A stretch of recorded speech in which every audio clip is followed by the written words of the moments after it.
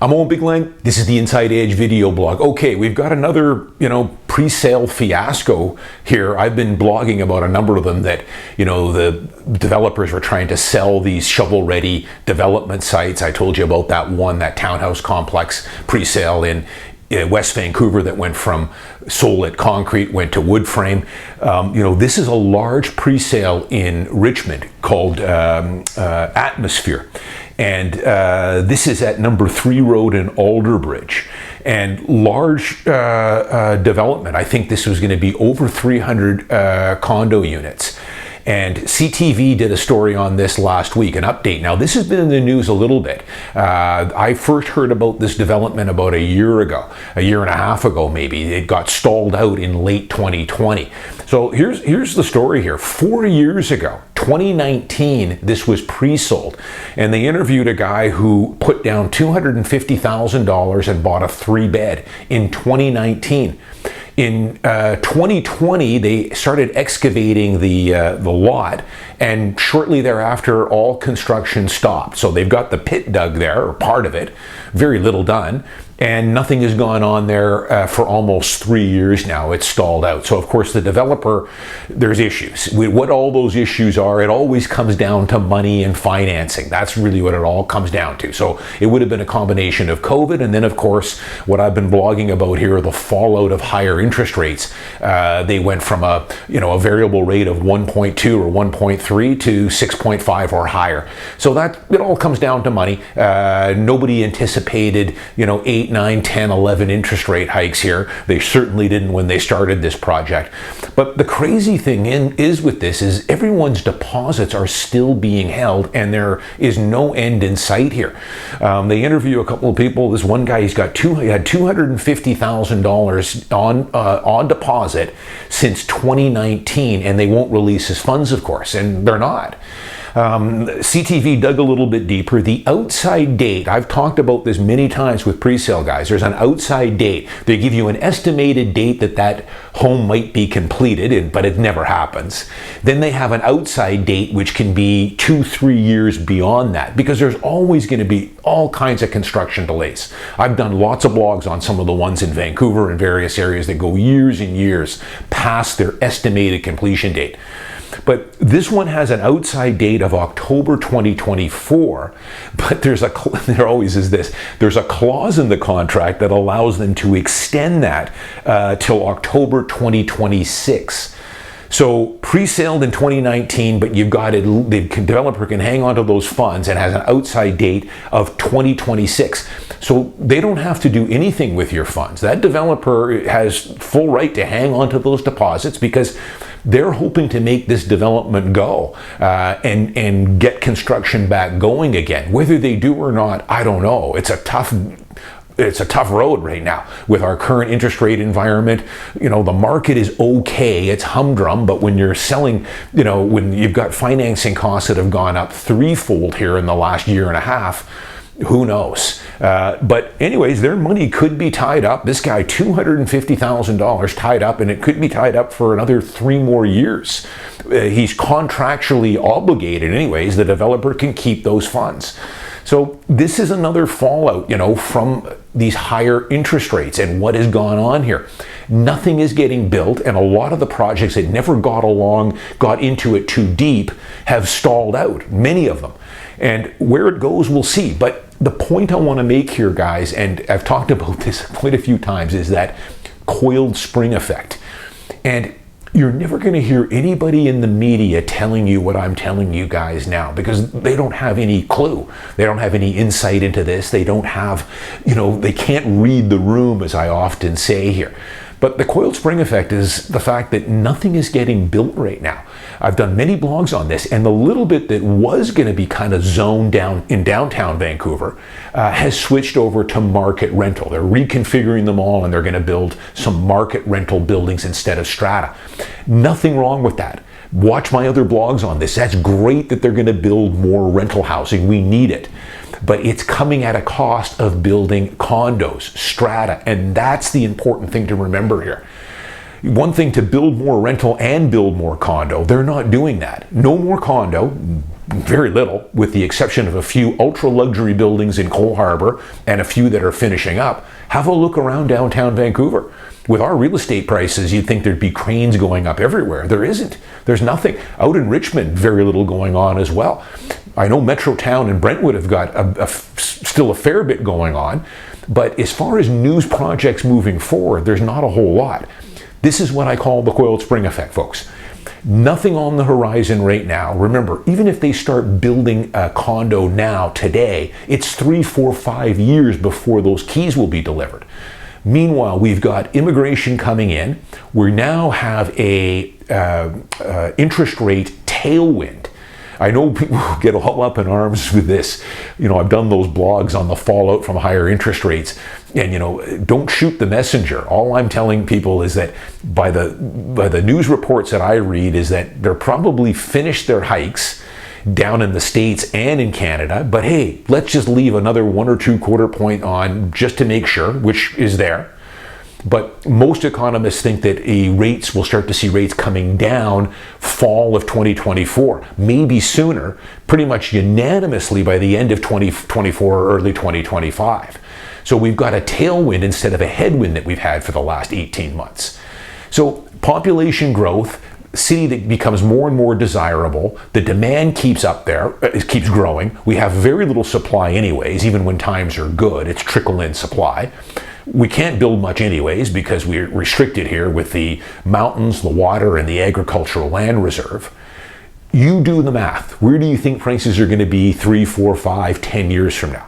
They're going to be substantially higher. And you see that playing out now with just what the price per square foot is coming online with the current wood frame and concrete pre-sales. They're not cheap. Substantially higher than what the tangible product is at now. So this is this coiled spring effect. Nothing getting built for the foreseeable future, not with these interest rates. I tell you, I've done lots of blogs about socialist governments, the NDP. You'll never hear this talked about in the news, but developers, it's not a friendly business environment. And it hasn't been for the last 5 years, both at the city and at the provincial level. So do the math. Population continues to grow. Demand continues to get higher. The cost to secure land and to build and the material cost keeps going up. And we're not building anything outside of a few luxury condos that are just getting finished up in downtown here. Have a look around. There's very little getting built. And even some of the pre-sale projects that were sold, like this large one in Richmond, has stalled out. And whether it gets built, I don't know, but it's certainly not going to be delivered. This was supposed to be delivered in 2023, this year. They haven't even started on it. I highly doubt that it'll even be done by 2026, which is their outside date. So this is the fallout here. Wall Street Journal has been doing, in their real estate section, has been doing some really fantastic in-depth reporting on this. That's a newspaper that does report on this, on the coiled spring effect going on in the States. You see, there they can lock in a 25-year fixed mortgage. So what's happening down there is you've got a whole bunch of people living in homes locked in at 2.5%, 2.75%, 3%, 25-year fixed mortgages. So they are not going to move no matter what. Even if they wanted to move up and move into a bigger house or downsize, why would they when they'd have to sell their home and then take out a mortgage at 7%? They're going to live there until the rates come back down, which could be several years or more. So builders, they also talk about the skyrocketing costs in the US cities as well, to secure land, to get construction crews. The material costs, the steel, the rebar, the concrete has all skyrocketed. So the cost to deliver these units pre-sale or new homes has gone through the roof. They're talking about, in the States, they have sticker shock on these finished detached homes in these various cities. They're not selling them. Then you add in the fact that you've got to take out a mortgage at 7%, 2.5 times what they could have gotten 2 years ago on that fixed term rate. And now developers down in the States and builders are on the sidelines. We've got that to some extent here as well. Sky high interest rates, sticker shock on what is being pre-sold. Only multimillionaires are going to be buying those. And so it's a let's wait and see holding pattern. Meanwhile, the demand keeps growing. You do the math on what prices are going to be at 3, 4, 5 years. The cavalry is not on the way here. And you're starting to see more fallout from this with these developers here. This is one of the pitfalls, again, I tell you guys, with pre-sale. I've often said here, I think there is better value currently in the tangible market. And why I always tell people that before you pull the trigger on a pre-sale, there's lots of reasons why maybe buying a pre-sale can be good, what I call special circumstance. I've done 10 blogs on it. But I think if someone comes to me looking to buy a pre-sale, at the very least, I send them some tangible product in that neighborhood they want to buy. And it's tangible now. So now we can go in, we can look at it, we can look at the parking space, we can look at the storage locker, we can open the cabinets, flush the toilet. I can negotiate a price for you off the rack rate that the developers charge for pre-sale. Plus there's no GST. That's the big one. And you can move into it today. Final thing I'll say, interest rates, where are those going? Okay, so I subscribe to a number of newsletters from some pretty high producing mortgage brokers here. So I consult my guys, because I'm not a mortgage expert, I'm a realtor. And I value their opinion on a couple of these guys. Several of them now have changed course. Earlier this year, they were telling people to plug your nose, lock in a 2-year rate or a 3-year fixed rate at 5.5%, 5.75%.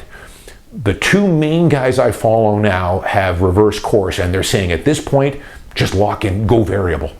I know it hurts. You're going to be locking in at 6.2%, but obviously both of them think that rates are coming down probably sometime in 2024. So you'll pay a little bit more for the next 12 months, 18 months perhaps, but you'll make up for it on the back end. Now again, this isn't rocket science. This is no guarantee here.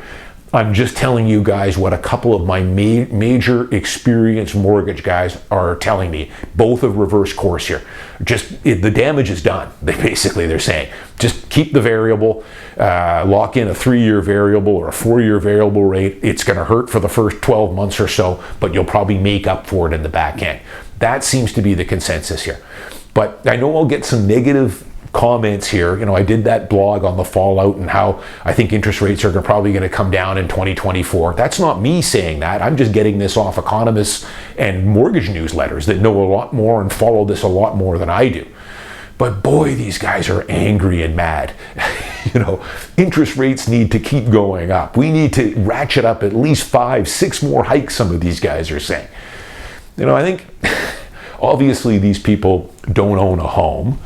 And they're the ones that are going to be complaining a year or two from now, why do my rents keep going up so high? They're the same ones.